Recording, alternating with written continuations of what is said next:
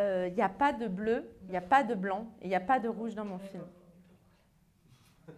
Non, je suis désolée. Il n'y a pas de. Non, non, il y a plein de couleurs, il y a des multitudes de couleurs, mais il n'y a pas.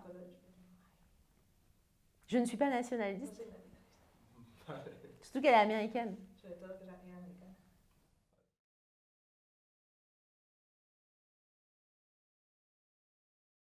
J'ai toujours été très très passionnée par le cinéma, mais très inhibée à l'idée d'en faire. Et en fait, je suis tombée par hasard sur une photo en noir et blanc, une magnifique photo où on voyait un tourbillon de voile en lévitation au-dessus du sol. Et on voyait une femme à travers ce voile, une silhouette, et j'ai voulu savoir qui était cette femme. Et j'ai découvert un destin extraordinaire que personne ne connaissait. Et j'ai voulu vraiment réparer cette injustice, réhabiliter son art, sa passion, sa vie. Pour moi, c'était devenu ma mission. Et je me suis mise à écrire et à faire mon premier film. J'avais passé 6 ans de ma vie avec une grande passion. Et voilà, je pense que ce qui m'a touchée chez cette femme, c'est que finalement, elle n'avait rien pour réussir dans le milieu de la danse. Elle n'est pas née dans le bon corps, elle n'est pas née dans le bon milieu. C'est une petite fermière de l'Ouest américain, trapue et maladroite. Et à force d'obstination, de travail, de persévérance, elle a réussi à traverser le monde et à réussir à danser sur la scène de l'Opéra de Paris en 1900. Et je pense que sa vie avait quelque chose de romanesque qui m'excitait beaucoup.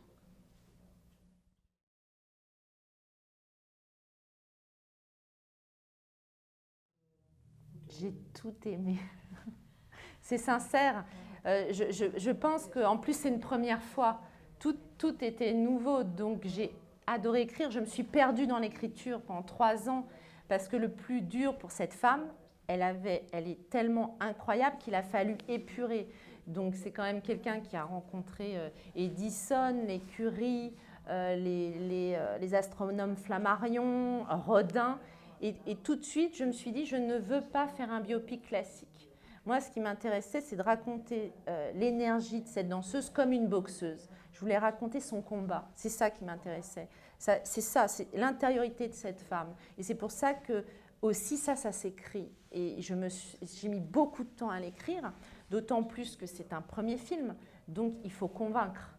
Donc, j'ai fait vraiment un scénario où j'ai écrit chacun des gestes. D'ailleurs, elle aussi écrit ses gestes, mais où j'ai écrit tous les gestes du film.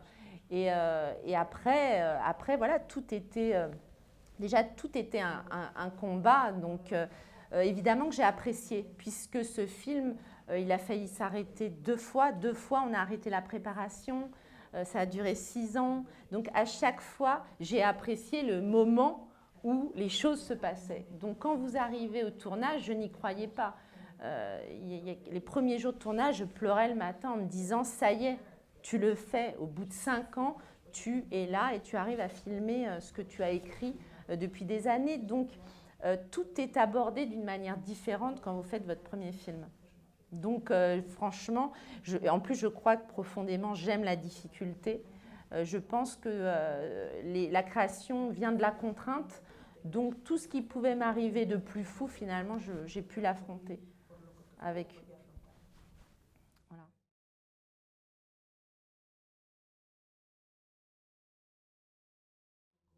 Soko, c'était très important pour moi de choisir quelqu'un qui avait une féminité hors norme, comme le personnage. C'est-à-dire que Soko, elle ne ressemble pas à toutes ces filles lisses qu'on voit dans les magazines.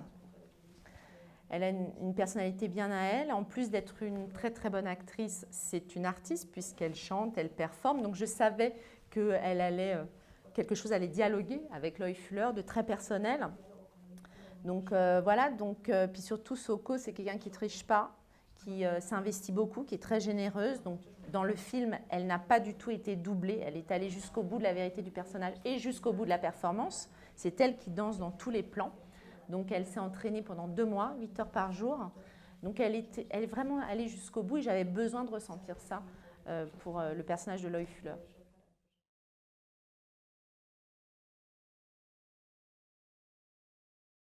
Mise en valeur.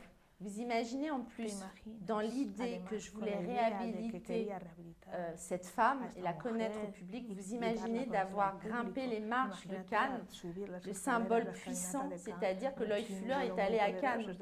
Donc déjà, pour moi, c'était une grande victoire, évidemment une reconnaissance artistique énorme pour un premier film, mais je crois que et c'est très important, mais le plus important aussi pour une première fois, c'est que tout d'un coup, 2-3 mois plus tard, je vais présenter mon film à un vrai public.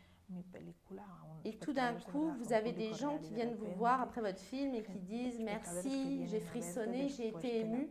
Et je crois que c'est la plus grande satisfaction pour un metteur en scène, c'est que tout d'un coup, vous touchez les gens. Et là aussi, je suis proche de l'œil Fuller. Je pense que dans la démarche de l'œil Fuller, l'idée, c'était d'être généreuse avec son public, de lui faire découvrir, de faire voyager son public ailleurs.